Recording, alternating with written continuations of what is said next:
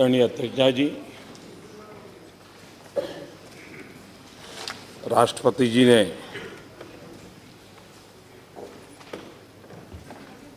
संसद के दोनों सत्रों को 2017 के प्रारंभ में ही संबोधित किया। भारत किस तेजी से बदल रहा है, देश की जनशक्ति का सामर्थ्य क्या है, गांव गरीब किसान की जिंदगी किस प्रकार से बदल रही है, उसका एक विस्तार से खाका सदन में रखा था। मैं राष्ट्रपति जी के अभिभाषण पर धन्यवाद देने के लिए आपके समय उपस्थित हुआ हूं और मैं उनका हृदय से आभार व्यक्त करता हूं। इस चर्चा में आदरणीय श्री मल्लिकार्जुन जी, श्री तारिक अनवर जी, श्री जयप्रकाश नारायण जी, श्री तथागत जी, सतपथी जी, कल्याण बनर्जी, श्री ज्योतिरादित्य सिंधिया, कई वरिष्ठ महानुभावों ने चर्चा को प्राणवान बनाया, कई पहलुओं को उजागर करने का प्रयास किया है और मैं इसके लिए चर्चा में शरीक होने वाले सभी आदरणीय सदस्यों का आभार व्यक्त करता हूं।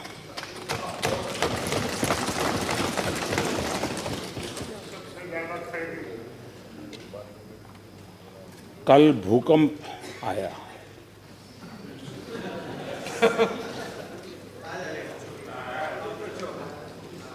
इस भूकंप के कारण जिन जिन क्षेत्रों में असुविधा हुई है, मैं उनके प्रति अपनी भावना व्यक्त करता हूं और केंद्र सरकार राज्य के पूरे संपर्क में है। स्थिति में कोई आवश्यकता हो तो कुछ टीमें वहां पहुंच भी गई है, लेकिन आखिर भूकंप आ ही गया।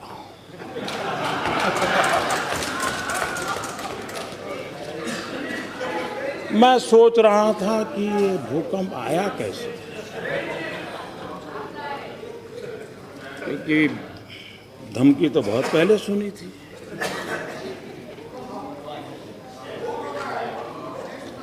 कोई तो कारण होगा कि धरती माँ इतनी रूठ गई होगी।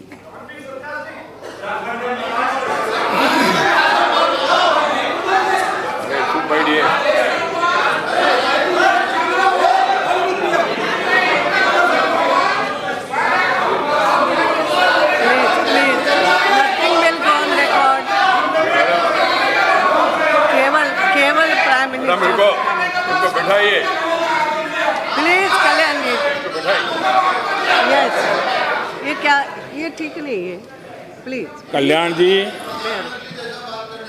आपका सीआर ठीक हो रहा है, आपका कल्याण होगा। Please please, no, not like this, nothing will go. Yes please please, Kalyan ji, this is not the way. बैठिए बैठिए बैठिए।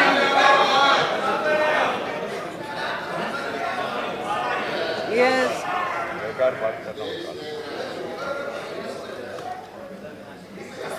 कल का भूकंप, प्लीज, ये ठीक नहीं, बैठे बैठे, दिस इज नॉट द वे। क्या है ये? प्लीज थोड़ी शांति रखिए।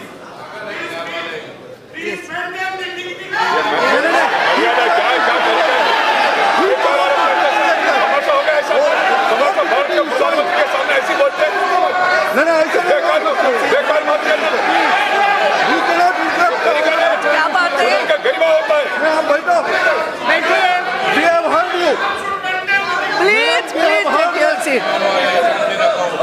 बारे में आप Kalyan ji, Kalyan Banerjee, please, this is not He has to be named. Now I am warning you, ऐसा मत करो प्लीज। कल आपने भी अच्छा भाषण दिया, सबने सुना। नाउ आज बिल्कुल शांति से। हाँ, तो आप बैठिए प्लीज, प्लीज बैठिए। Now please take your seat. Yes, आदरणीय अध्यक्ष जी,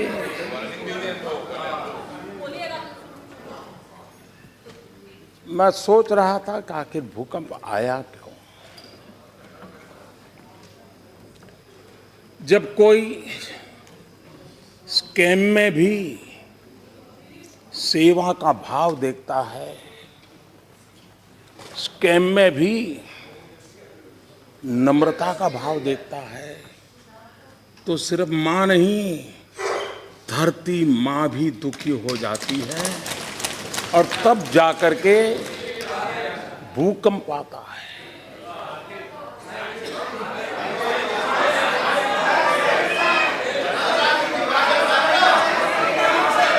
और इसलिए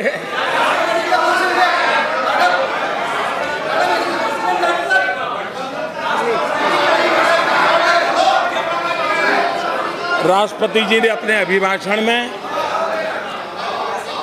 जनशक्ति का ब्यौरा दिया है। हम ये जानते हैं, कोई भी व्यवस्था हो, लोकतांत्रिक हो या अलोकतांत्रिक हो, जनशक्ति का मिजाज कुछ और ही होता है। कल हमारे मल्लिकार्जुन जी कह रहे थे कि कांग्रेस की कृपा है कि अब भी लोकतंत्र बचा है और आप प्रधानमंत्री बन पाए। वाह, क्या शेर सुनाया।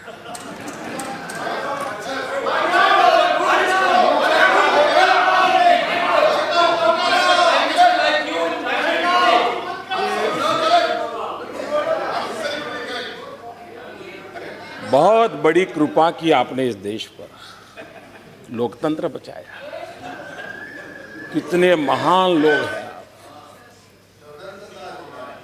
लेकिन अध्यक्ष जी, उस पार्टी के लोकतंत्र को देश भली भांति जानता है। पूरा लोकतंत्र एक परिवार को आहूत कर दिया गया है।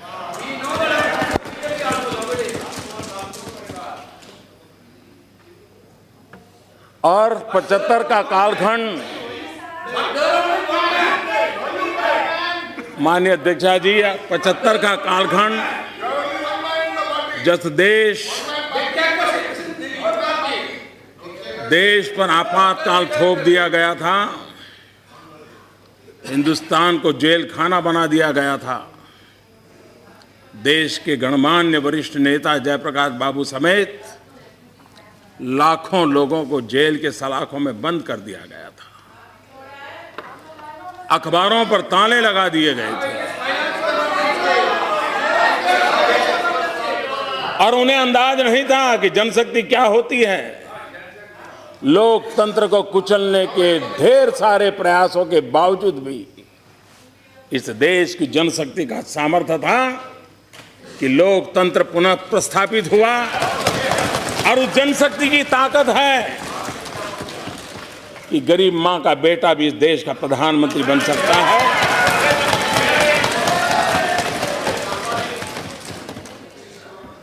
और इसलिए राष्ट्रपति जी ने जनशक्ति का उल्लेख करते हुए जो कहा है, चंपारण सत्याग्रह शताब्दी का वर्ष है। इतिहास सिर्फ किताबों की अटारी में पड़ा रहे तो समाज जीवन को प्रेरणा नहीं देता है। हर युग में इतिहास को जानने का, इतिहास को जीने का प्रयास आवश्यक होता है। उस समय हम थे या नहीं थे, हमारे कुत्ते भी थे या नहीं थे, औरों के कुत्ते हो सकते हैं।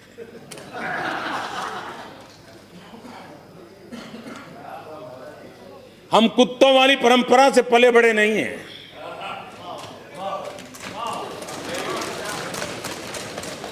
लेकिन देश के कोटि कोटि लोग थे, जब कांग्रेस पार्टी का जन्म भी नहीं हुआ था, 1857 का स्वातंत्र संग्राम इस देश के लोगों ने जान की बाजी लगा करके लड़ा।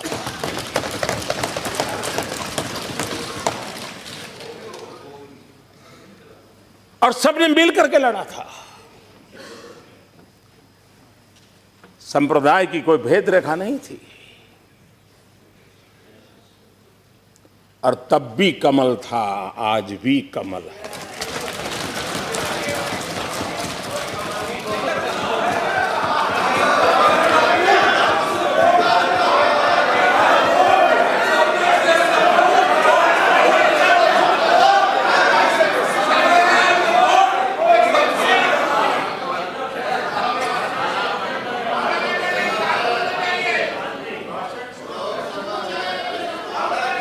यहां बहुत ऐसे लोग हैं जो मेरी तरह आजादी के बाद पैदा हुए हैं, और इसलिए हम में से बहुत लोग हैं जिनको आजादी के लड़ाई में सौभाग्य नहीं मिला, लेकिन देश के लिए जीने का तो सौभाग्य मिला है, और हम जीने की कोशिश कर रहे हैं।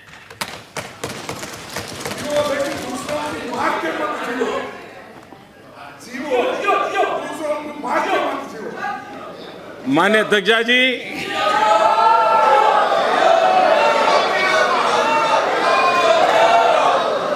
और इसलिए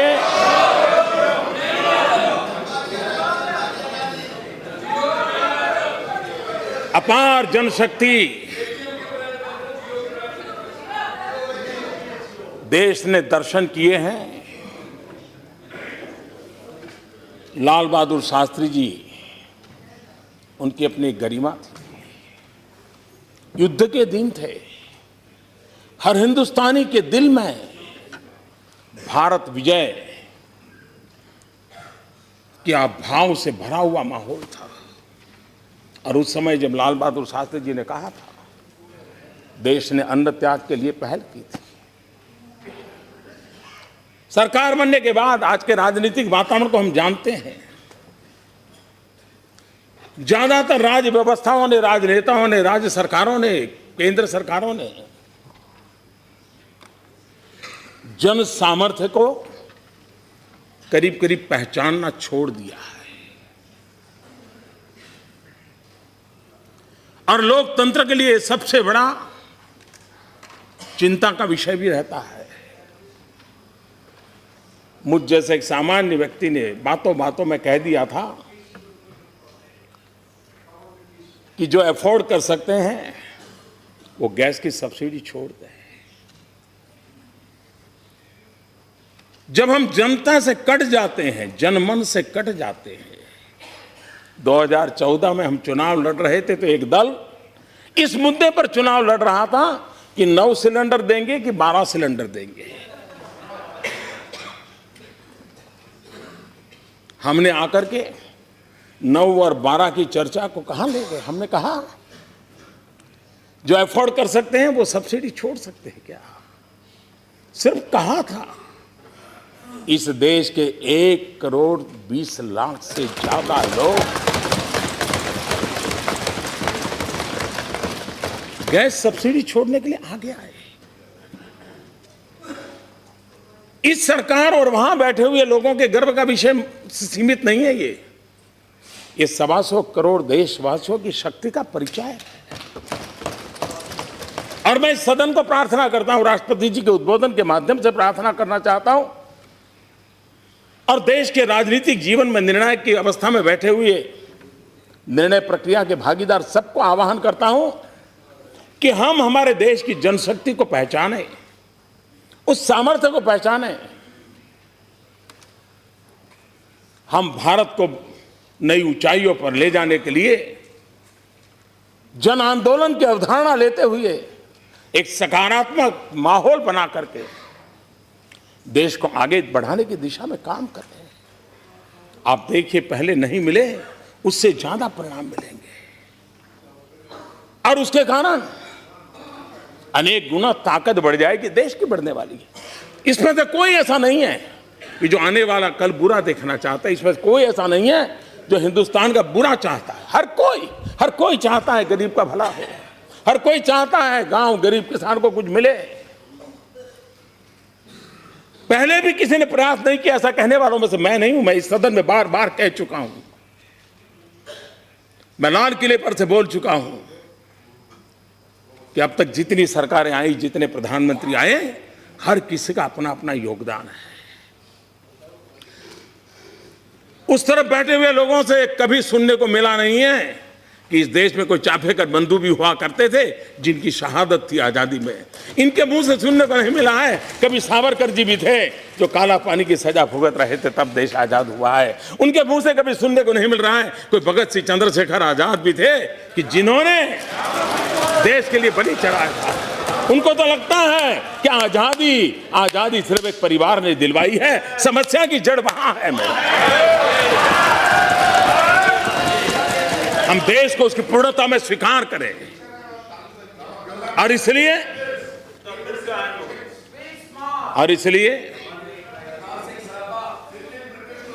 जनशक्ति को जोड़ करके हमारे यहां शास्त्रों में कहा गया है, अमंत्रम अक्षरम नास्ति, नास्ति मूलम अनौषधम, अयोग्य पुरुषो नास्ति, योजक तत्र दुर्लभ।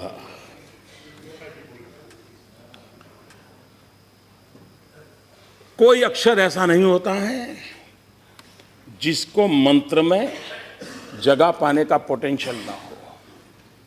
कोई ऐसा मूल नहीं होता है जिसकी औषध में जगह पाने का पोटेंशियल ना हो। कोई इंसान ऐसा नहीं होता है कि जो कुछ कर करके समाज और देश को दे न सके। जरूरत होती है योजक तत्र दुर्लभ, योजक की जरूरत होती है। और इस सरकार ने हर शक्ति को संवार करके जोड़ने का एक प्रयास किया है और जनशक्ति के भरोसे उसको आगे बढ़ाने का प्रयास किया है। स्वच्छता का अभियान, मैं हैरान हूं, क्या इस बात के लिए हमें सिर्फ सोचना नहीं चाहिए कि आजादी के इतने साल हो गए। महात्मा गांधी का नाम हम लेते हैं। गांधी के दो प्रिय चीज थे। गांधी कहते थे कि आजादी से पहले भी मुझे अगर कोई पाना है तो मुझे स्वच्छता पानी है।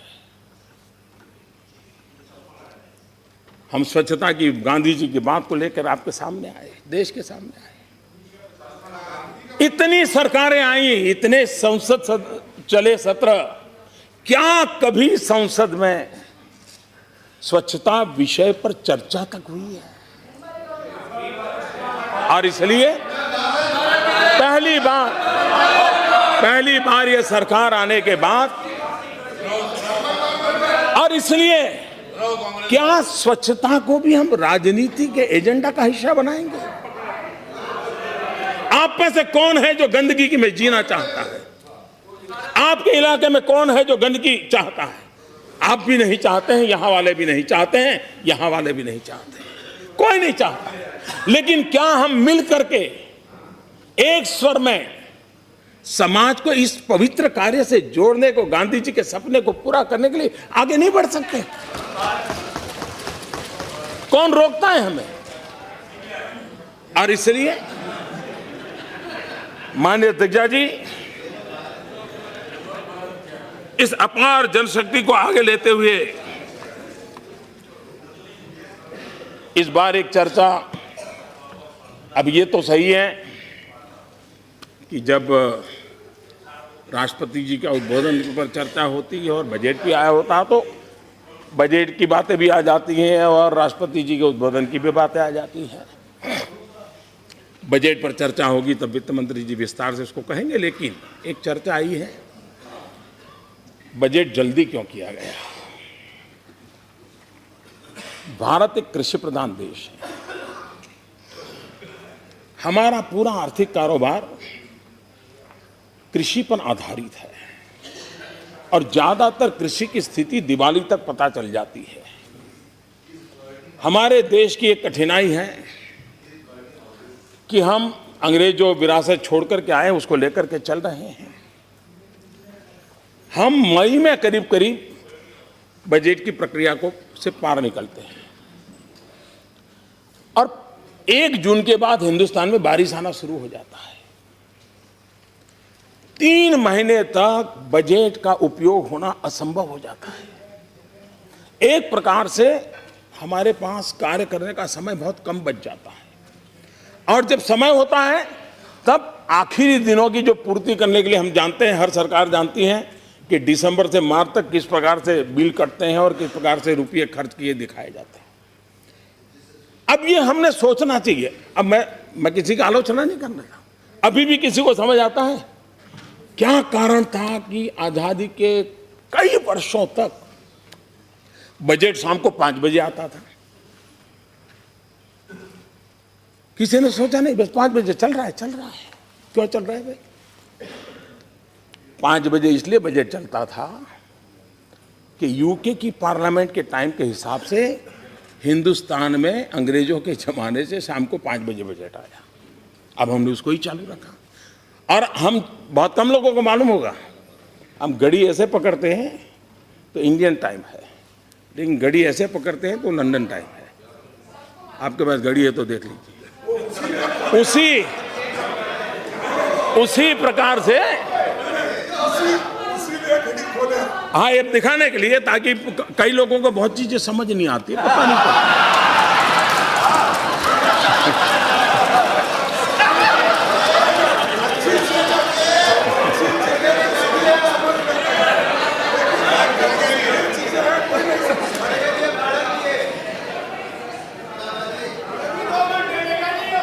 अब अटल जी की सरकार आई तब समय बदला गया।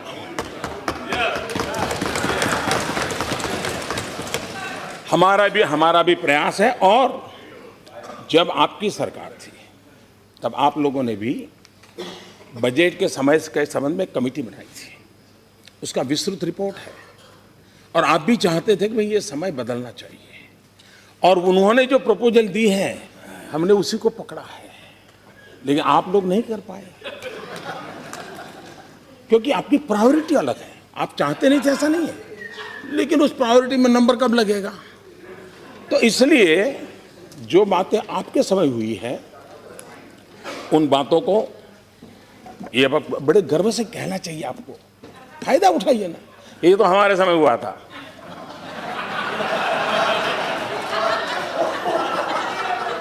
अब ये भी आप भूल जाते हैं, चलो मैंने याद दिला दिया, आप इसका भी लाभ लीजिए।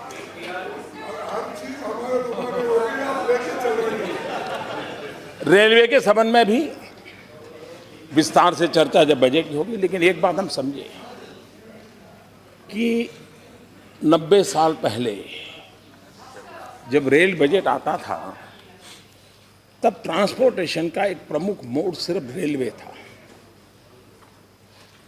आज ट्रांसपोर्टेशन एक बहुत बड़ी अनिवार्यता बनी है और इकलौता रेलवे नहीं है, कई प्रकार के ट्रांसपोर्टेशन के मोड है। जब तक हम कॉम्प्रिहेंसिवली ट्रांसपोर्ट इस विषय को जोड़ करके नहीं चलेंगे तो हम समस्याओं से जूझते रहेंगे और इसलिए मुख्य धारा में रेलवे व्यवस्था भी रहेगी, उसमें कोई प्राइवेटाइजेशन को कोई तकलीफ नहीं है, उसकी स्वतंत्रता तो को कोई तकलीफ नहीं है, लेकिन सोचने के लिए सरकार एक साथ कॉम्प्रिहेंसिव हर प्रकार के मोड ऑफ ट्रांसपोर्ट को देखना शुरू करे, आवश्यक है। और हमने जब से आए हमने रेलवे में बजट में बदलाव किया है। आप जानते हैं कि पहले बजट में हमारे गौड़ा जी ने बताया था कि करीब 1500 घोषणाएं हुई थी और कौन मजबूत है, कौन हाउस में ज़्यादा परेशान करता है, उसको ध्यान में रख करके, उसको खुश रख करके एक एक चीज़ बोली दी जाती थी। वो भी ताली बजा देता था, अपने इलाके में जाके बता देता था ये काम हो गया। हमने देखा साहब 1500 ऐसी चीज़ें हुई थी जिनका कागज पर ही मोक्ष हो गया था। तो ये ऐसा हम क्यों करते हैं? मैं जानता हूं इससे राजनीतिक दृष्टि से हमें नुकसान होता है, लेकिन किसी ने तो जिम्मा लेना पड़ेगा। देश में जो गलत चीजें डेवलप हो चुकी हैं उसको हम रोकें। और ब्यूरोक्रेसी को सूट करता है जी, ऐसी चीजें उनको सूट करती हैं कि राजनेता ताली बजा दे, वो उनकी गाड़ी चलाते रहे। मुझे नहीं चलानी है जी। देश के सामान्य मानवी की आशा आकांक्षाओं के लिए फैसले लेने हैं, अच्छे फैसले लेने का प्रयास है, अच्छी तरह करने का प्रयास है, और इसलिए हम उस दिशा में आगे बढ़ रहे हैं, हम इसको काम को कर रहे हैं। एक विषय नोटबंदी का आया। पहले दिन से ये सरकार कह रही है हम नोटबंदी पर चर्चा करने के लिए तैयार है, लेकिन आप लोगों को लगता था कि टीवी पर कतार देखते हैं तो कल कभी न कभी कुछ हो जाएगा, फिर देखेंगे। आपको लग रहा था कि इस समय चर्चा करने से शायद मोदी फायदा उठा जाएगा, और इसलिए चर्चा के बजाय आपको टीवी बाइट देने में ही इंटरेस्ट था, इसलिए चर्चा नहीं हुई। अच्छा है इस बार आपने थोड़ा बहुत स्पर्श किया है, और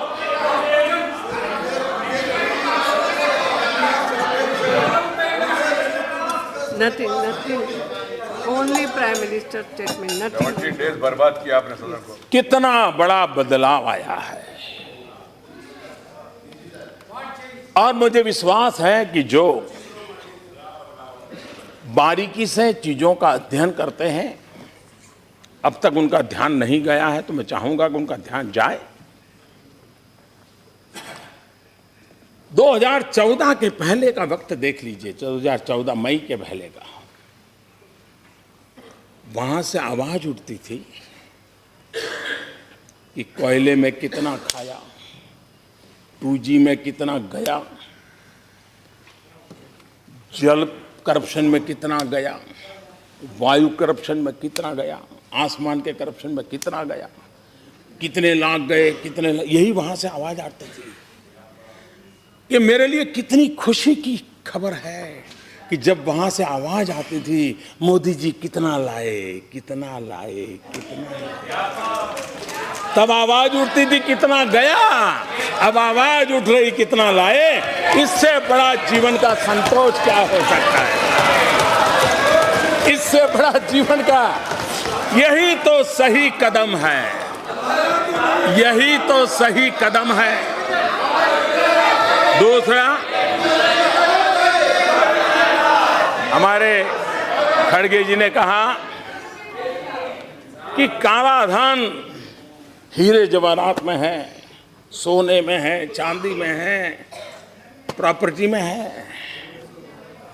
मैं आपकी बात से सहमत हूं, लेकिन ये सदन जानना चाहता है ये ज्ञान आपको कब हुआ?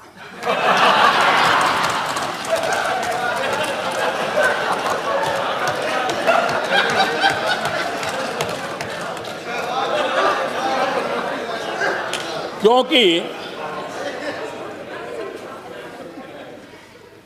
इस बात का कोई इनकार नहीं कर सकता है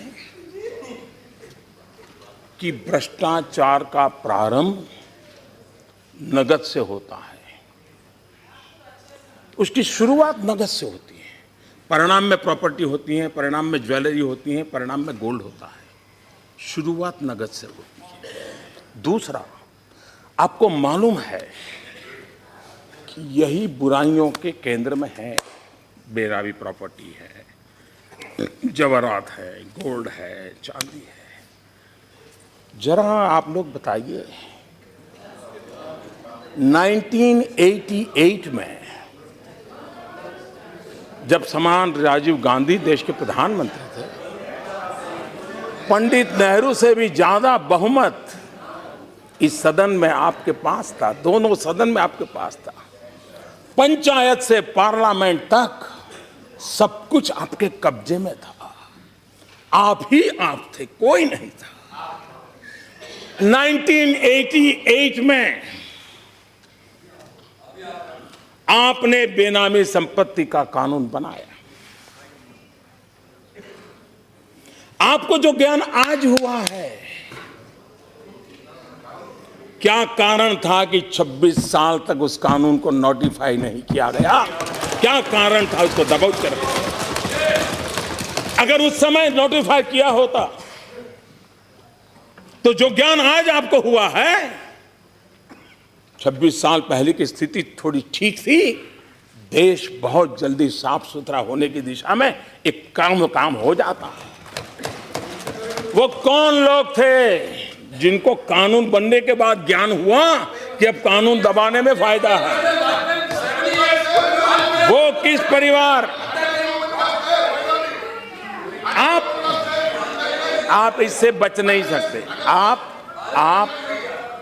आप किसी का नाम दे करके बच नहीं सकते। आपको जवाब देना पड़ेगा देश को। जो ज्ञान आज हुआ है, और ये सरकार है जिसने नोटबंदी से पहले पहला कदम उनके खिलाफ उठाया, कानून बनाया है। और मैं आज इस सदन के माध्यम से भी देशवासियों को कहना चाहता हूं, आप कितने ही बड़े क्यों न हो, गरीब के हक का आपको लौटाना पड़ेगा।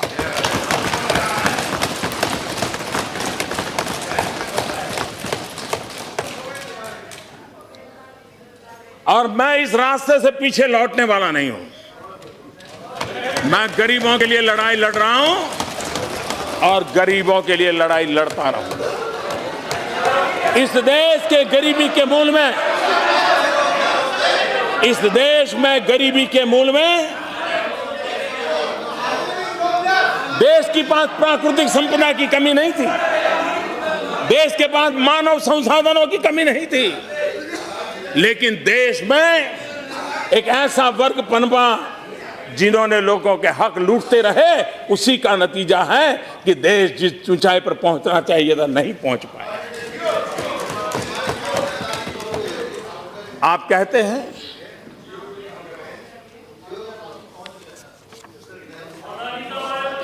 कुछ लोग उसकी जिनकी एजेंसी होगी वो बोलेंगे।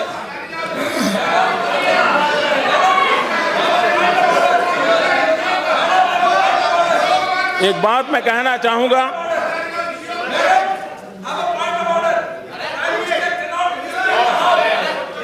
क्या है? You cannot be disturbing the house like this. Please take your seat. No, you cannot be disturbing like this. Nothing is, आप चिंता मत। हम ये जानते हैं कि अर्थव्यवस्था को Nothing is going on record. Please. इस बात का कोई इनकार नहीं कर सकता है, मत गलत। एक समांतर अर्थव्यवस्था डेवलप हुई थी। और ऐसा नहीं है, ये काम भी आपके संज्ञान में भी पहले भी आया था। ये विषय आप ही की सरकार की, आप ही की कमिटियों ने भी आपको सुझाया था। जब इंदिरा जी राज करती थी तब यशवंतराव जी चौहान ये विषय लेकर के उनके पास गए थे, और तब जाकर के उन्होंने कहा था कि क्यों भाई कांग्रेस को चुनाव नहीं लड़ने का? आपको निर्णय गलत नहीं था, चुनाव का डर था। हमें चुनाव की चिंता नहीं है, देश की चिंता है, इसलिए हम निर्णय किए। और ये बात निश्चित है, कोई इनकार नहीं कर सकता है कि कोई भी व्यवस्था में कैश कितना, चेक कितना, एक कारोबार डेवलप हो चुका है और एक प्रकार से जीवन का हिस्सा बना है। जब तक आप उसको गहरी चोट नहीं लगाओगे तब तक स्थिति से बाहर नहीं आओगे। और इसलिए हमने जो फैसले किए हैं, आप आपने किस प्रकार से देश चलाया। ऐसा लगता है कि कुछ दलों के दिलो दिमाग में चारवाक का मंत्र उनके जिंदगी में बहुत काम आ गया है। उन्होंने चारवाक के ही मंत्र को लेकर के शायद, और तभी जाकर के कोई अंग्रेजी कवि को उल्लेख करते हुए ये भी कह देते बड़े बड़े व्यक्ति कि मरने के बाद क्या है, क्या देखा है। अभी तो चारवाक का तत्व ज्ञान है। मैं उस सदन में जाऊंगा तब इसका उल्लेख बराबर डिटेल में करूंगा। लेकिन चारवाक कहते थे, यावत जीवेत सुखम जीवेत, ऋणम कृत्वा घृतम पिबेत, भस्मीभूतस्य देहस्य पुनरागमनम कुतः। जब तक जियो मौज करो, जियो, जब तक जियो मौज करो। चिंता किस बात की, कर्ज करो और घी पियो। उस जमाने में संस्कार के लिए घी कहा भाई, भगवत मान, नहीं तो और कुछ पीने का कहते हैं।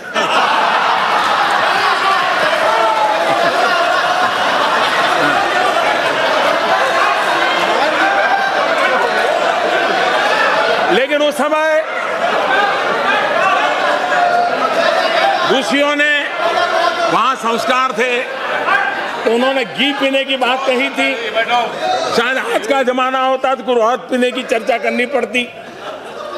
लेकिन इस प्रकार की फिलॉसफी से कुछ लोगों को लगता है कि जब अर्थव्यवस्था इतनी अच्छी चल रही थी तो आपने ऐसे समय ऐसा निर्णय क्यों किया। ये बात सही है। आप जानते हैं, अगर आपको कोई बीमारी हो और डॉक्टर कहता है भी ऑपरेशन करना है, ऑपरेशन बहुत जरूरी है, फिर भी वो कहता है पहले भाई शरीर ठीक करना पड़ेगा, डायबिटीज कंट्रोल करना पड़ेगा, डीकना कंट्रोल करना पड़ेगा, 7-8 दिन और मशवरा, फिर बाद में ऑपरेशन करते हैं। जब तक वो स्वस्थ नहीं होता है ऑपरेशन करना नहीं पसंद करता डॉक्टर, कितनी भी गंभीर स्थिति है। डीमोनेटाइजेशन के लिए यह समय इतना पर्याप्त था कि देश की अर्थव्यवस्था तंदुरुस्त थी। अगर दुर्बल होती हम ये कतई सफलतापूर्वक नहीं कर पाते। ये तब सफल होता है ताकि अर्थव्यवस्था मजबूत थी। और इसी समय दूसरा, इसका समय, ऐसा मत सोचिए कि हड़बड़ी में होता है। इसके लिए मोदी का अध्ययन करना पड़ेगा आपको।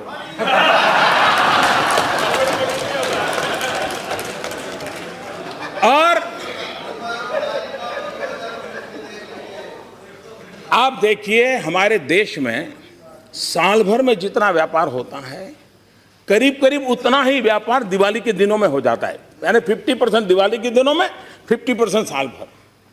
एक प्रकार से पूरा उद्योग, व्यापार, किसानी, सब काम दिवाली के आसपास उसकी पीक पर पहुंच जाता है।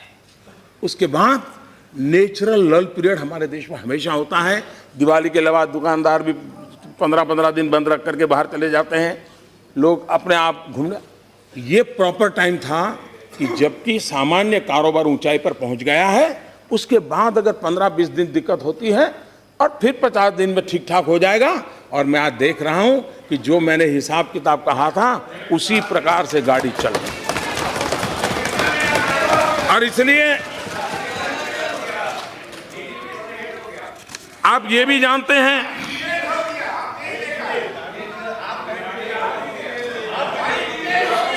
आप ये जानते हैं, एक जमाना था इनकम टैक्स डिपार्टमेंट की मर्जी पर, एक समय था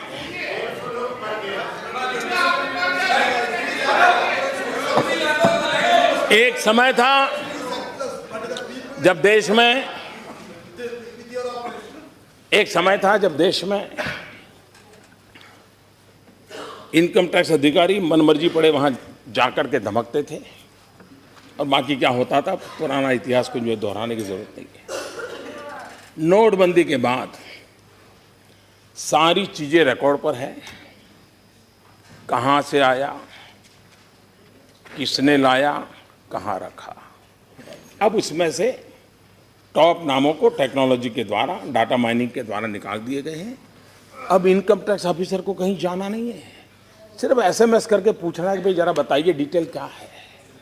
आप देखिए, किसी भी प्रकार का अफसरशाही के बिना जिसको भी मुख्य धारा में आना है उसके लिए एक अवसर प्राप्त हो चुका है। और मैं मानता हूं इससे बहुत क्लीन इंडिया, जैसे स्वच्छ भारत का मेरा अभियान चल रहा है, वैसा ही आर्थिक जीवन में स्वच्छ भारत का अभियान भी बहुत तेजी से आगे बढ़ रहा है।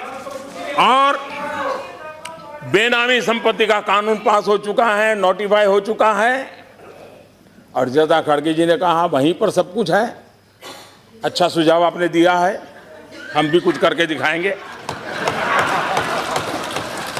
और जो भी सुन रहे हैं वो भी समझे और उसके प्रावधान पढ़ लें कि कितना बड़ा कठोर कानून है। जिसके पास भी बेनामी संपत्ति है उनसे मेरा आग्रह है, अपने चार्टर्ड अकाउंटेंट से जरा पूछ ले आखिर के प्रावधान क्या है। और इसलिए मेरा सबसे आग्रह है कि मुख्य धारा में आइए, देश के गरीबों का भला करने के लिए आप भी कुछ कंट्रीब्यूट कीजिए, आप भी कुछ contribute.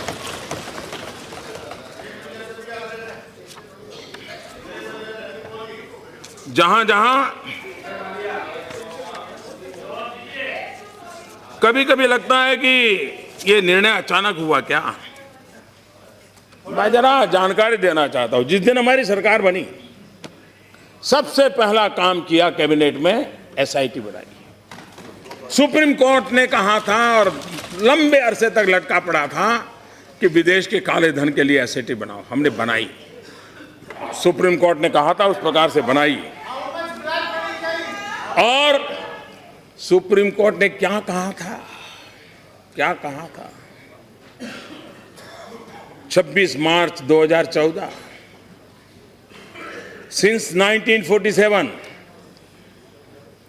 for 65 years nobody thought of bringing the money stays away in foreign banks to the country. The government has failed in its role for 65 years. This court feels that you have failed in your duty, and so it gives an order for the appointment of the committee headed by former judges of this court. 3 years have passed, but you have not done anything to implement the order. What have you done? Except for filing one report, you have done nothing. ये 24 मार्च 2014 को supreme court ने उस सरकार को कहा है।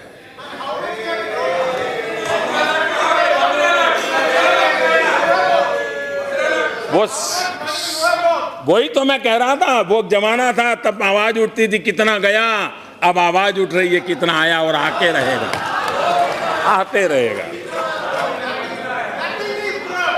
आप देखिए एक के बाद एक देखिए,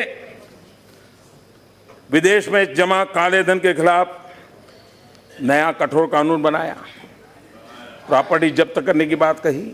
इस बार भी बजट में एक नया कानून की बात कही गई है, सजा भी 7 साल से 10 साल कर दी।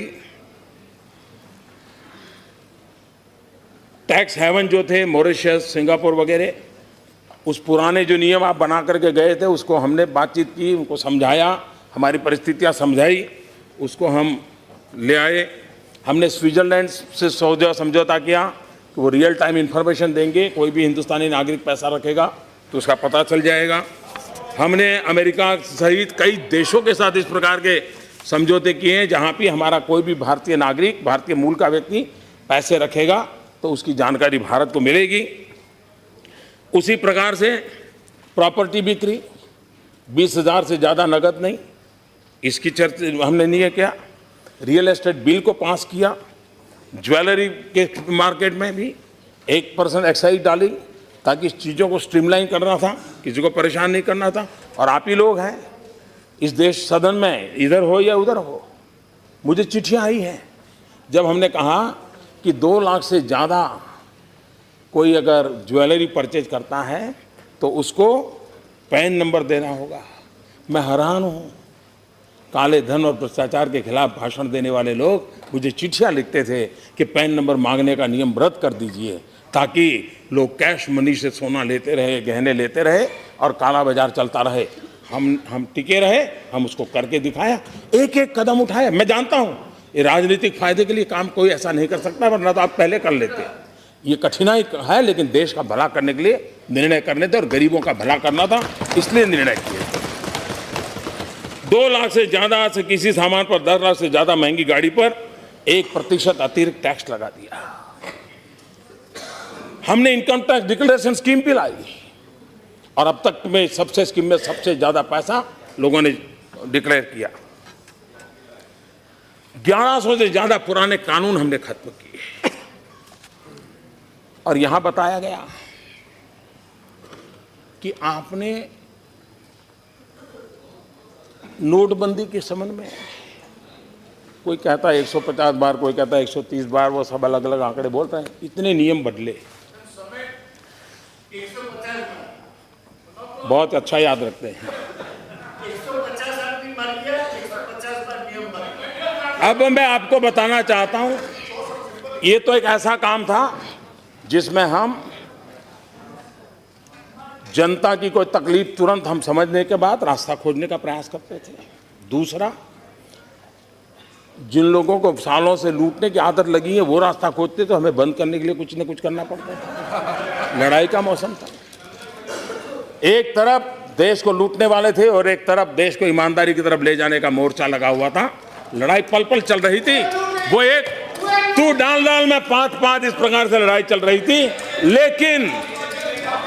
लेकिन जो आप लोगों का बड़ा प्रिय कार्यक्रम है, जिसको लेकर के आप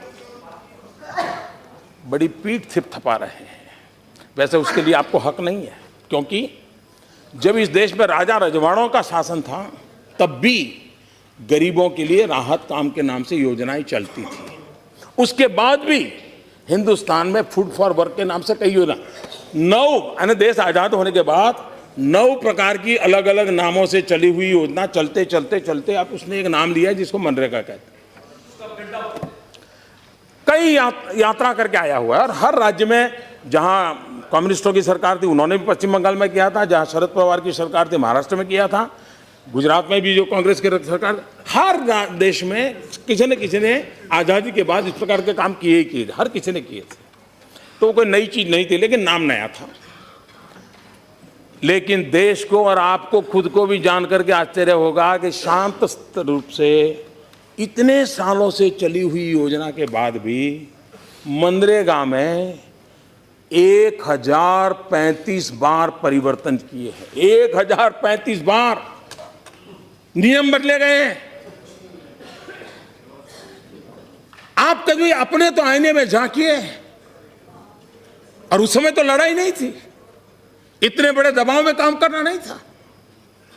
क्या कारण था कि मनरेगा जैसा एक जो लंबे अरसे से चल रहा था, उसको भी आपको लाने के बाद 1035 बार उसमें परिवर्तन करने पड़े। और इसलिए नियमों में परिवर्तन किया। एक्ट तो एक बार हो गया, एक्ट 1035 बार परिवर्तित नहीं हुआ है। और इसलिए मैं आज You listen to the honorable Prime Minister ना? We have listened to you. हमने सुना है आपको, आप भी शांति से सुनिए। और इसलिए आज मैं आपको 40 मिनट के बजाय 1.25 घंटे मिल चुके थे बाबू। और इसलिए मैं कहना चाहूंगा, आज मुझे आपको काका हाथरसी की एक कविता के शब्द सुनाता हूं। काका हाथरसी के कविता के शब्द सुनाता हूं, और मैं काका हाथरसी को याद करता हूं तो कोई उत्तर प्रदेश के चुनाव के साथ न जोड़े, क्योंकि उनके हर चुनाव में काका हाथरसी की बात तो चलती रहती थी। काका हाथरसी ने किया था, काका हाथरसी ने कहा था, अंतरपट में खोजिए छिपा हुआ है खोट, अंतरपट में खोजिए छिपा हुआ है खोट। और काका हाथर सिंह ने आगे कहा है, मिल जाएगी आपको बिल्कुल सत्य रिपोर्ट।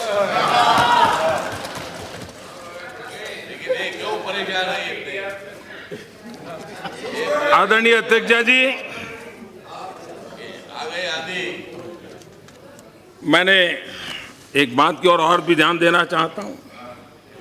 सरकार नियमों से चलती है, संवैधानिक जिम्मेवारियों के साथ चलती है। जो नियम आपके लिए थे वो नियम हमारे लिए भी हैं, लेकिन फर्क कार्य संस्कृति का होता है। नीतियों की ताकत भी नियत से जुड़ी हुई होती है।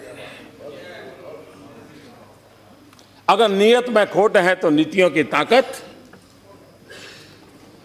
माइनस में चली जाती है, जीरो छोड़ो माइनस में चली जाती है। और इसलिए हमारे देश में उस कार्य संस्कृति को भी समझने की जरूरत। जब भी हम कुछ बोलते हैं यहां से, ये तो हमारे समय था, ये तो हमारे समय था, तो आज मुझे लग रहा है कि मैं ही उसी पर खेलूं। थोड़ा आपके मैदान में खेलने के लिए आना पसंद करूंगा आज मैं। और इसलिए ऐसा क्यों हुआ? ऐसा तो नहीं है कि आपको ज्ञान नहीं था, आपको ज्ञान कल ही हुआ, ऐसा थोड़ा था, आपको जानकारी थी। लेकिन महाभारत में कहा है इस प्रकार से, जानामि धर्मम न च मे प्रवृत्ति, जानामि अधर्मम न च मे निवृत्ति। धर्म क्या है वो तो आप जानते हैं, लेकिन वो आपकी प्रवृत्ति नहीं थी। अधर्म क्या है वो भी जानते थे, लेकिन उसे छोड़ने का आपका सामर्थ्य नहीं था। मैं बताता हूं जी, अब मुझे कहिए, नेशनल ऑप्टिकल फाइबर नेटवर्क, अगर मैं उसके लिए कुछ भी कहूंगा तो वहां से आवाज उठाई, ये तो हमने शुरू किया था। मैं हमने शुरू किया था उसी से शुरू करना चाहता हूं। अब देखिए, नेशनल ऑप्टिकल फाइबर नेटवर्क 2011 से 14 3 साल सिर्फ 59 गांवों में ये ऑप्टिकल फाइबर नेटवर्क लगा, और उसमें भी लास्ट माइल कनेक्टिविटी का प्रावधान नहीं था। प्रोक्योरमेंट भी पूरी तरह सेंट्रलाइज था। वो तो क्या कारण है सब जानते हैं। अब आप देखिए, हमने पूरी कार्य संस्कृति कैसे बदलती है, अप्रोच कैसे बदलता है। सब राज्यों को पहले साथ में लिया। लास्ट माइल कनेक्टिविटी मतलब स्कूल में ऑप्टिकल फाइबर नेटवर्क मिलना चाहिए, अस्पताल में मिलना चाहिए, पंचायत घर में मिलना चाहिए, इन प्राथमिकताओं को तय किया। प्रोक्योरमेंट क्या था, वो भारत सरकार के हाथ से रख करके हमने उसको डिसेंट्रलाइज कर दिया, और परिणाम ये आया कि इतने कम समय में अब तक 76,000 गांवों में optical fibre network last mile connectivity के साथ पूरा हो गया।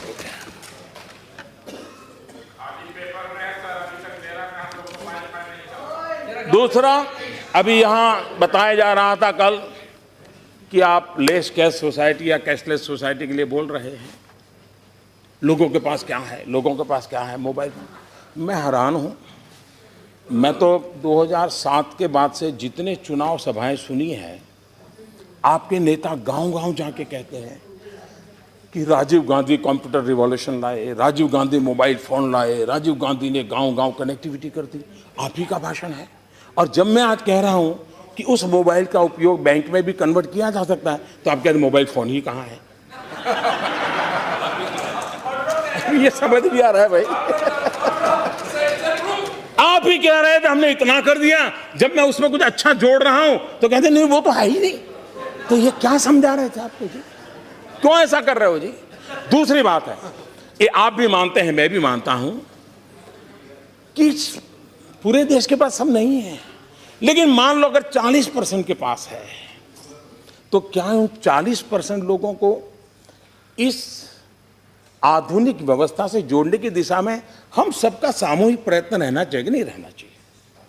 60% का अब चलो बाद में देखेंगे, कहीं तो शुरू करें। और इसका लाभ है डिजिटल करेंसी को हम कम ना आके, आज हमारा एक एक एटीएम उसका संभालने के लिए एवरेज 5 पुलिस वाले लगते हैं। करेंसी को एक जगह से दूसरे ले जाने के लिए सब्जी और दूध के मोबिलाइजेशन के लिए जितना खर्चा होता है, उससे ज्यादा उसके मोबिलाइजेशन से खर्चा होता है। अगर हम इस बातों को समझे तो जो कर सकते हैं, सब नहीं कर पाएंगे हम समझ सकते हैं, लेकिन जो कर सकते हैं उनको करने के लिए प्रोत्साहित करना, ये नेतृत्व का काम होता है, किसी भी दल का हो। उससे लोगों का भला होने वाला है। अभी मुझे कोई बता रहा था, एक सब्जी वाले ने शुरू किया, कल ही कोई मुझे रिपोर्ट दे के गया। उसको पूछा तेरा क्या फायदा है? बोले साहब पहले क्या होता था, एक तो मेरे ग्राहक परमानेंट थे, सबको मैं जानता था। अब मान लीजिए 52 रुपीज़ का सब्जी लिया, तो फिर वो मैडम कहती थी चलिए जेब और पैसे नहीं, 50 रुपये का नोट ले लो, तो बोले मेरे 2 रुपये चले जाते थे। अब मैं भी बोल नहीं पाता था, और बोले मैं लगाता था हिसाब, तो साल भर में मेरा 800-1000 रुपया, ये रुपया 2 रुपया न देने में ही हो जाता था। बोले इसके कारण भीम ऐप लगाने के बाद 52 रुपया है तो 52 रुपया मिलता है, 53 रुपया है तो 53 मिलता है, 48 रुपीज 45 पैसा है तो पूरा मिलता है। बोले मेरा तो 800-1000 रुपया बच गया। देखिए चीजें कैसे बदलती है। और इसलिए हम कम से कम, आप मोदी का विरोध करें कोई बात नहीं, आपका काम भी है, करना भी चाहिए, लेकिन जो अच्छी चीज है उसको आगे बढ़ाएं। जहां है मान लीजिए गांव में नहीं है, शहरों में है, तो आगे तो बढ़ाओ भाई, उसको योगदान करो, देश का भला होगा, हम और किसी व्यक्ति का भला नहीं है। और इसलिए मैं आग्रह करूंगा कि ऐसी चीजों में हम मदद कर सकते हैं तो करनी चाहिए। कार्य संस्कृति कैसे बदलती है? अब ये रोड बनाना क्या हमारे आने के बाद हुआ क्या? ये टोडरमल के जमाने से चल रहा है, शेरशाह सूरी के जमाने से चल रहा है। तो ये कहना कि ये तो हमारे जमाने से था, हमारे जमाने से था, अब कहां जाओगे भाई? लेकिन फर्क क्या है?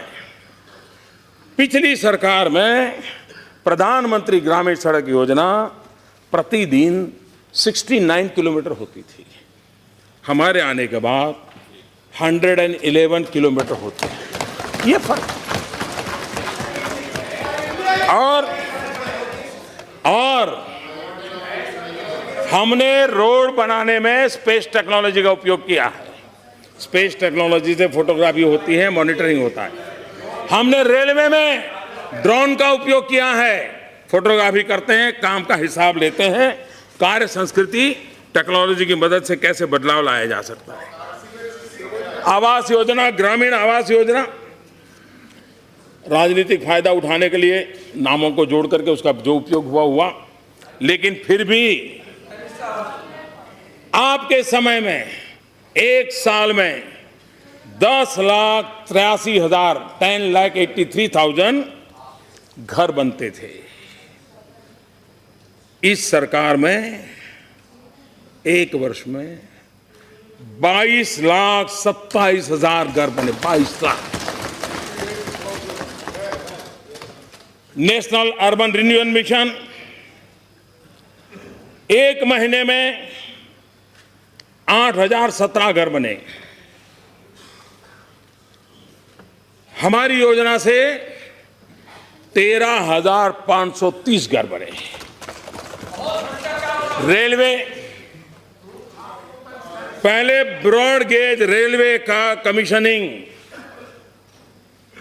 एक साल में 1500 किलोमीटर हुआ करता था। पिछले साल ये बढ़कर के 1500 किलोमीटर से सामने 3,000 किलोमीटर, डबल। और हम 3500 किलोमीटर तक। और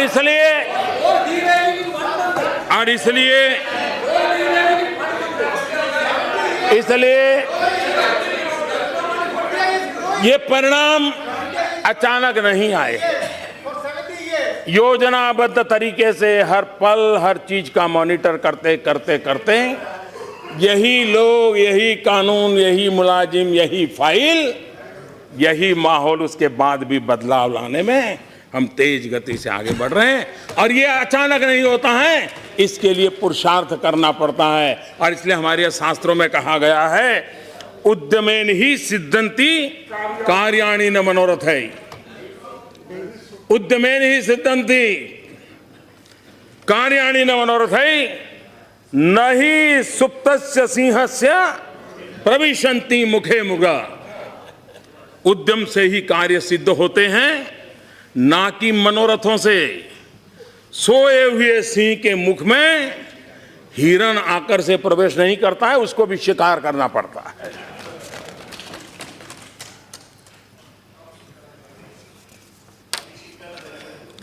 आदरणीय अध्यक्ष महोदय, कुछ मूलभूत परिवर्तन कैसे आते हैं? हम जानते हैं कि राज्यों के इलेक्ट्रिसिटी बोर्ड,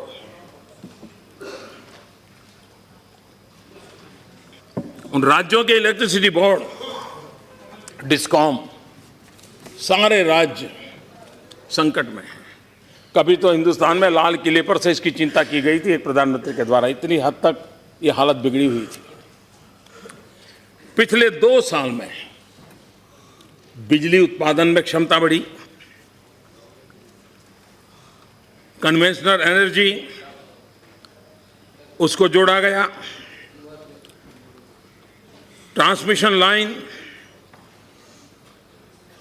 उसको बढ़ाया गया, सोलर एनर्जी को जोड़ लाया गया। 2014 में 2700 मेगावाट थे, आज हम उसको 9100 मेगावाट पहुंचा दिए हैं। सबसे बड़ी बात, डिस्कॉम योजना के कारण, उदय योजना के तहत राज्यों को उस योजना जब वो सफल कर पाएंगे, करीब करीब 1,60,00,000 से ज़्यादा रकम राज्यों की तिजोरी में बचने वाली है। और राज्यों के साथ जोड़ करके अगर भारत सरकार ने 1,60,00,000 की घोषणा कर दी होती तो चारों तरफ कहते कि वाह, मोदी सरकार ने इतना पैसा दिया। हमने योजना ऐसी बनाई कि राज्यों के खजाने में 1,60,000 करोड़ रुपया डिस्कॉम के द्वारा, उदय योजना के द्वारा बचत होने वाली है, जो उनके लिए विकास के काम आने वाली है। और ऊर्जा क्षेत्र का जो बोझ है, उस बोझ से वो बचने वाले हैं। कोयला, आप जानते हैं कोयला जहां से निकलता था उसके नजदीक नहीं दिया जाता था, दूर दूर से दिया। क्यों? तो बोले रेलवे को थोड़ा कमाई हो जाए। हमने कहा कमाल हो भाई, रेलवे की कमाई के लिए इतना सारा भोगते। हमने रेशनलाइज कर दिया, जहां नजदीक है उसी को कोयला वहां से मिले, कोयले का खर्चा हो, उस दिशा में प्रयास किया। और उसके कारण करीब करीब कोयले में 1300 करोड़ रुपया ट्रांसपोर्टेशन खर्च कम हुआ है। एलईडी बल्ब, अब ये तो हम नहीं कहते एलईडी बल्ब हम लाए, वैज्ञानिक शोध हुई, आपने भी शुरू किया। लेकिन आपके जमाने वो एलईडी बल्ब करीब 300, 350, 380 उस रुपये में चलते थे। एलईडी बल्ब से एनर्जी सेविंग होता है। हमने एक बड़ा मिशन रूप में काम उठाया और करीब करीब इतने कम समय में, पिछले 8-9 महीने से इस योजना को बल दिया है, इतने कम समय में 21 करोड़ एलईडी बल्ब लगाने में हमने सफलता पाई है और तेज गति से आगे बढ़ रहा है। और अब तक जो एलईडी बल्ब लगे हैं उसके कारण परिवारों में जो बिजली का बिल आता था, वो जो बिजली की बिल कम हुआ है, वो परिवारों में करीब करीब 11,000 करोड़ रुपयों का बचत हुई है। अगर किसी सरकार ने बजट में 11,000 करोड़ बिजली उपभोक्ताओं को देने का तय किया होता तो अखबारों में हेडलाइन बनती है। हमने एलईडी बल्ब लगाने मात्र से 11,000 करोड़ रुपया बिजली का बिल सामान्य मानवी के घर में कम किया है। कार्य संस्कृति अलग होती है तो कैसा परिवर्तन आता है, इसका ये नमूना है। और इसलिए हमने इस काम को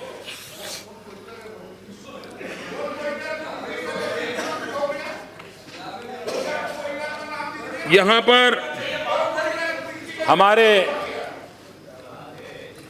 विपक्ष के नेता शेड्यूल कास्ट के बजट के लेकर के भाषण कर रहे थे,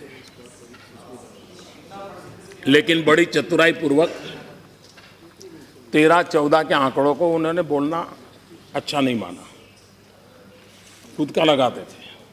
13-14 आता था, अटक जाते थे। शेड्यूल कास्ट सब प्लान कुल आवंटन 2012-13 37,113, 13-14 41,561, 16-17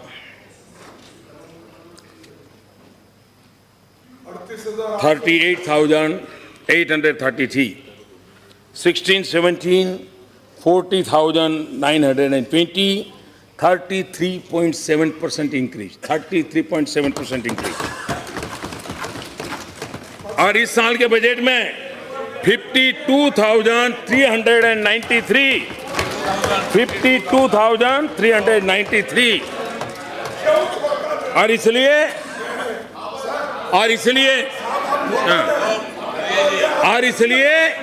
इसलिए ये झूठ है और ये नहीं कह सकते आप ये झूठ है, ये नहीं कह सकते आप सत्य सुनने की हिम्मत चाहिए, सत्य सुनने की हिम्मत चाहिए। एक और काम मैं बताना चाहता हूं, ये सरकार भ्रष्टाचार के खिलाफ लड़ाई लड़ने वाली सरकार है। भ्रष्टाचार के खिलाफ लड़ाई लड़ने के समय किस प्रकार से काम किए जाते हैं। 17 मंत्रालय के 84 योजनाएं हमने डायरेक्ट बेनिफिट ट्रांसफर आधार योजना के साथ जोड़ करके उसको आगे किया और 32 करोड़ लोगों को 1,56,000 करोड़ रुपया डायरेक्ट बेनिफिट ट्रांसफर स्कीम में दिया गया। अब उससे क्या लाभ हुआ है और इसको समझना होगा कि किस प्रकार से हर गली मोहल्ले में चोरी लूट की व्यवस्था रही थी। और मैं जानता हूं इतनी बारीकी से हर जगह पर चोरी लूट को रोकूंगा तो मेरे पर कितना तूफान होगा।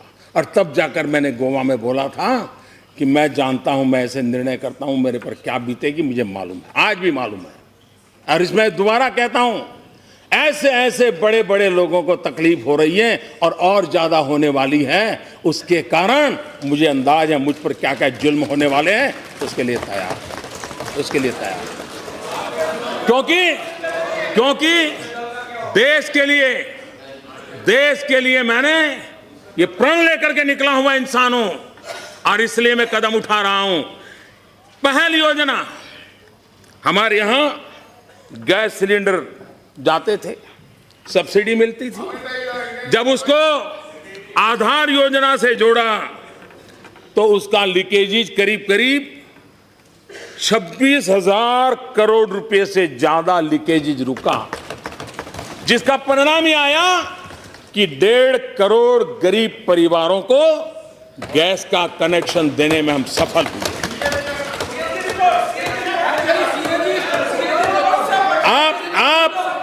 आप जरा अध्ययन कर लीजिए, आप अध्ययन कर। मैं सदन में जब बोलता हूं तो जिम्मेवारी के साथ बोलता हूं। पिछले 2.5 वर्षों में फर्जी राशन कार्ड, गरीब आदमी के हक को छीनने का काम फर्जी राशन कार्ड वाले करते थे। गरीब को जो मिलना चाहिए उसको बिचौलिए अपने यहां फर्जी राशन कार्ड के थप्पे रखते थे और माल चुरा लेते थे और काले बाजारी में बेचते थे। जब से हमने टेक्नोलॉजी का उपयोग किया, आधार का उपयोग किया, करीब करीब 4 करोड़ 3 करोड़ 95 लाख करीब 4 करोड़ फर्जी राशन कार्ड पकड़े गए। उससे करीब करीब 14,000 करोड़ ये इतनी रकम बिचौलियों मार खाते थे, गरीब के हक का मार खाते थे, वो मुख्य धारा में आया और गरीबों की तरफ बढ़ गया। मनरेगा में आधार से पेमेंट दिया जाता है, डायरेक्ट ट्रांसफर पैसा होता है, करीब 94% सक्सेस मिली है और उसका परिणाम यह हुआ है कि leakages 7,633 rupees 33 crore 7,633 crore rupees उसका लीकेज अब तक बच पाया है। और ये हर वर्ष, एक वर्ष का नहीं, आने वाले वर्षों में भी बचने वाला और आगे भी जो है किस प्रकार से national social assistance program NSAP करीब 400 करोड़ रुपया जिसका कोई लेनदान नहीं मिल रहा है लेकिन पैसे जाते थे। कुछ तो ऐसी चीजें पाई गई जिस बेटी का जन्म नहीं हुआ वो बेटी विधवा भी हो गई और खजाने से धन भी जा रहा है। इन सब को रोकने की कार्य संस्कृति को लेकर के हम चले हैं। स्कॉलरशिप, ऐसे कई चीजें हैं। एक मोटा मोटा अंदाज लगाता हूं, एक वर्ष में, और ये हर वर्ष, अभी तो मैं कह रहा हूं शुरुआत है, 49,500 करोड़ रुपीस ये बिचौलियों के पास जाते हुए रुक गए। आप कल्पना कर सकते हैं, करीब 50,000 करोड़ रुपया जो गरीबों के हक का था वो बिचौलिए खा जाते थे करप्शन के नाम पर, लूट के नाम पर। उनको रोकने का काम, उसके लिए एक बड़ी हिम्मत लगती है, करके दिखाया है। आदरणीय अध्यक्ष जी, मैं कार्य संस्कृति का एक उदाहरण भी देना चाहता हूं। किसानों की बड़ी बड़ी बातें करते हैं। हर वर्ष राज्यों के मुख्यमंत्री भारत सरकार को इस बात की चिट्ठी लिखते थे कि हमें यूरिया मिलना चाहिए, यूरिया। मैं भी जब मुख्यमंत्री था लिखता रहता था और यूरिया पाने में बहुत बड़ी दिक्कत होती थी। मैं आज बड़े संतोष के साथ कहता हूं, पिछले 2 साल से किसी मुख्यमंत्री को यूरिया के लिए चिट्ठी नहीं लिखनी पड़ी। कहीं यूरिया के लिए कतार नहीं लगी है, कहीं यूरिया के लिए लाठीचार्ज नहीं हुआ है। लेकिन ये बात हम भूले नहीं, पुराने अखबार निकाल दीजिए, किसानों को यूरिया पाने के लिए कितनी तकलीफ होती है।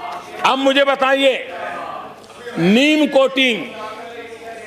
कोटिंग इसका ज्ञान सिर्फ हम ही को है क्या आपको नहीं था क्या? आपको था। आपने 5 अक्टूबर 2007 यूरिया नीम कोटिंग की चर्चा आपके ग्रुप ऑफ मिनिस्टर के द्वारा प्रिंसिपली अप्रूव हुई। 5 अक्टूबर 2007 से लेकर के क्या हुआ, करीब 6 साल।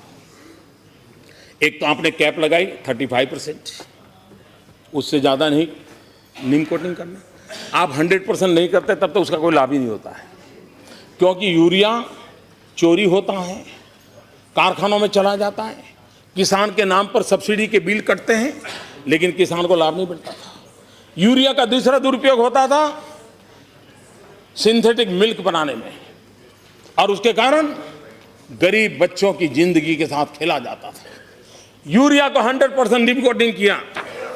आपने निर्णय किया था 6 साल में आपने सिर्फ 35% का कैप लगाने बाद 35% भी नहीं पहुंच पाए, सिर्फ 20% नीम कोटिंग किया। हमने आकर के इस बात को हाथ में लिया और 188 देश, आपका 6 साल मेरा 6 महीना, हिंदुस्तान में 100% यूरिया नीम कोटिंग कर दिया। इंपोर्टेड यूरिया को भी नीम कोटिंग कर दिया, और उस नीम कोटिंग का लाभ, इसका हमने सर्वे करवाया है ना। आपकी कार्य संस्कृति हमारी कार्य संस्कृति में फर्क इतना है। नीम कोटिंग की बात आती है आप खड़े हो जाते, ये तो हमारे जमाने का है। तो आपके जमाने का, आपके मैदान में आज खेलना मैंने तय किया है, इसलिए मैं खेल करके दिखाता हूं कि आपका हाल क्या है। नीम कोटिंग का अध्ययन हमने करवाया, agriculture development and rural transformation centre, उन्होंने जो एनालिसिस करके रिपोर्ट दिया है, किसानों का कितना भला हो रहा है। देखिए, धान के उत्पादन में 5% वृद्धि, गन्ने के उत्पादन में 15% वृद्धि। आप कल्पना कर सकते हैं कि किसानों को इसके कारण कितना खर्चा बच रहा है। किस प्रकार से आदरणीय राष्ट्रपति जी ने हम सबसे एक आह्वान किया है कि लोकसभा और विधानसभाओं के चुनाव साथ साथ होने की दिशा में सोचने का समय आ गया है। इसको राजनीतिक तराजू से न तोला जाए। तत्कालीन हर किसी को थोड़ा बहुत नुकसान होगा, हर किसी को थोड़ा बहुत होगा, लेकिन इस विषय पर गंभीरता से सोचने की आवश्यकता है। आज हर वर्ष 5-7 राज्यों में चुनाव होते ही रहते हैं। 1 करोड़ से ज्यादा सरकारी मुलाजिम कभी न कभी चुनावों में लगे रहते हैं। सबसे ज्यादा नुकसान शिक्षा क्षेत्र से जुड़े हुए हमारे अध्यापकों प्राध्यापकों को चुनाव के काम में जाना पड़ता है। हमारे भविष्य की पीढ़ी को नुकसान हो रहा है, बार बार चुनाव के कारण हो रहा है, और उसके कारण खर्च में भी बहुत बड़ी वृद्धि हो रही है। और इसलिए 2009 का जो लोकसभा का चुनाव हुआ तो 1100 करोड़ का खर्च हुआ था, और 2014 का लोकसभा का चुनाव हुआ 4000 करोड़ से भी ज्यादा हुआ। आप कल्पना कर सकते हैं इस गरीब देश पर, ये गरीब देश पर कितना बोझ पड़ रहा है। आज कानून व्यवस्था की दृष्टि से अनेक नई नई चुनौतियां आ रही है। प्राकृतिक संकटों के कारण भी सिक्योरिटी फोर्स की मदद लगती है। दुनिया भर में फैल रहा आतंकवाद और हमारे दुश्मन देश जिस प्रकार से हरकतें कर रहे हैं, हमारी सिक्योरिटी फोर्स को उसमें ताक लें। इतना बड़ा काम बढ़ता जा रहा है, दूसरी तरफ सिक्योरिटी फोर्सेस की ज्यादातर शक्ति चुनावी प्रबंधनों में लगाई जानी पड़ रही, उनको भेजना पड़ रहा है। इन संकट को हम समझे और एक दीर्घदृष्टा के रूप में, कोई एक दल इसका निर्णय नहीं कर सकता है, सरकार इसका निर्णय कतई नहीं कर सकती है, लेकिन अनुभव के आधार पर जिम्मेवार लोगों ने मिल करके इस समस्या का समाधान हमने खोजना होगा, हमें रास्ता खोजना होगा। और राष्ट्रपति जी ने जो चर्चा निकाली है, उस चर्चा को हमने आगे बढ़ाना चाहिए। उनका धन्यवाद करते हुए, उनके धन्यवाद के लिए हम लोगों ने प्रयास करना चाहिए। एनडीए के बारे में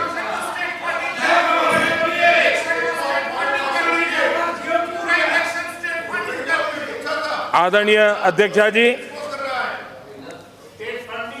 हमारे देश की ग्रामीण अर्थकारण को मजबूत किए बिना देश का अर्थकारण आगे नहीं बढ़ता है।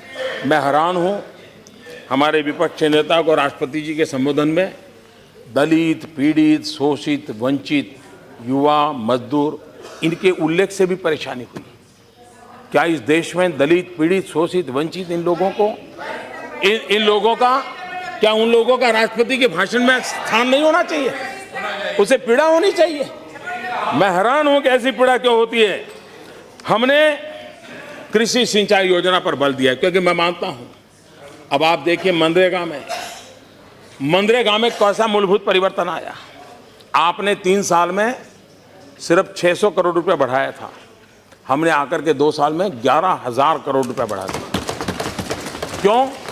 हमने उसमें स्पेस टेक्नोलॉजी का उपयोग किया है, हमने उसके अंदर जियो टैगिंग का व्यवस्था की है, और हमने बल दिया है कि तालाब पर बल दिया जाएगा कि सिंचाई, ये सबसे बड़ी बात है।